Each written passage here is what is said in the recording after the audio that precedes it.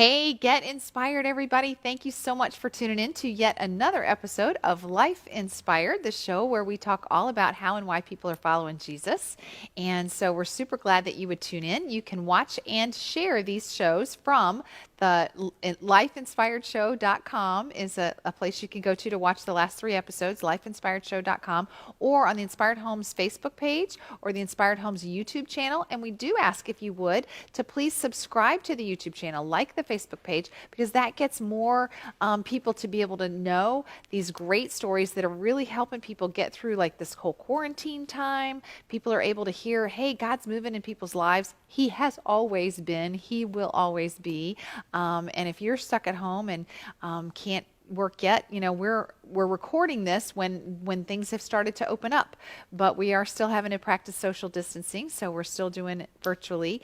But by the time it airs, I don't know what you'll be doing, but if you are a little lonely and struggling, these are some inspirational things that we can talk about. So our guest today is a friend from our teammate Trina, knows Brennan Miller. Brennan, thank you for being our guest on Life Inspired today.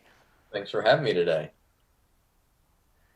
We're so glad that you would come and share your story. So most people, if you've never watched it before, most people are going to talk about a particular turning point. So we say life was going along, dot, dot, dot, and then God stepped in and he said, hey, tap you on the shoulder. I want you to come over here and do this instead. And so now you're walking an inspired life. So lots of people have several. I don't know what you're going to share, but give us a little backstory first, Brennan. What's some backstory to a turning point you want to talk about?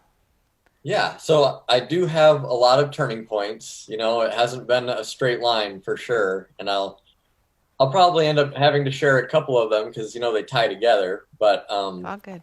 I'll give you the quick backstory. First, I grew up in a Christian home, and my whole family was Christian. I was raised in a Christian home, going to church every week. But mostly for me as a kid, it was just going through the motions. It was all I knew. Mm-hmm.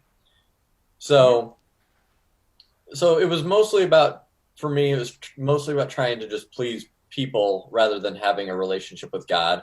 I knew what was expected of me, and it was just kind of just do the right thing. People will approve of that, and life will go how it's supposed to. Well, eventually that starts to lack meaning. And, as Right. I got older and started critically thinking about things, still definitely didn't want to disappoint people. So I was still a rule follower, almost to a fault, if that makes any ironic sense. um, I absolutely understand. yeah. So, I was in high school, going to youth group, and just really seeking, going through life, to that point in my life where I was asking, what are the next steps? What am I going to do with my life? I could go work a career, work my way up the ladder, all this great advancement. I could go start a business. I could make a bunch of money, have all this money. I could go date around and meet a bunch of girls and have all that's going through my mind. What do I do? And just kept coming back to this thing that this is all. What's the point in any of it? It's where does any of that lead? If everything I've learned growing up about the Bible is true, then where does any of these other things lead to? So as I'm looking forward to college and where my life is going to take me, what direction it's going to go, it's just a lot of frustration. Like all these different possibilities, all these different paths, but they all just seem to lead to nowhere. And I was like, this just seems so meaningless. So, I don't know if I was ever really nihilistic, but I was definitely borderline, right on the edge of just what is even the point? So I was in Okay, youth can I group. pause? Can I Yeah, interrupt? absolutely. I don't know nihilistic. I don't know what nihilistic means. Oh, just like, well, it comes from the word like annihilation. So like it just means Oh, okay. no point to anything. Um, Got it. so there's two options. Either there is a point or there's not. And I was almost to the point where I was like, there is just no point anymore. So Right. um, I was in youth group one day, and my youth pastor got up and he said, I just feel like this is for someone. And he just says, meaningless, meaningless. Everything is meaningless. And then he just said, you know where that comes from? It comes from Ecclesiastes. And I was like, Ecclesiastes, never read it. That's just not something I got into. It sounded like one of those boring books of the Bible. So I went home and started reading Ecclesiastes, and all the headlines say is all these things I was thinking about pursuing. It says wealth is meaningless, advancement is meaningless, pleasure is meaningless. I'm like, yeah, I know. So what do we do about it? So I'm reading through this, and I think I read through it all. I know I did. I read through it all in one sitting. I don't know how fast it was. But by the time I got to the end of the book says, after all these things you go through, just meaningless, meaningless, meaningless. You get to the end of the book, and it says, here's the conclusion of the matter.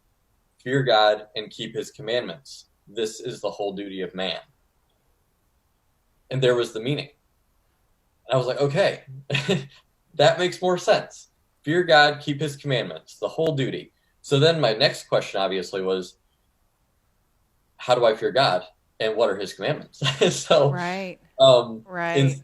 in seeking that, I found it was summed up to two things, which was love the Lord your God with all your heart, soul, mind, and strength, and love your neighbor as yourself. And that's literally how Jesus said. He said, all of the commandments can be summed up to these two.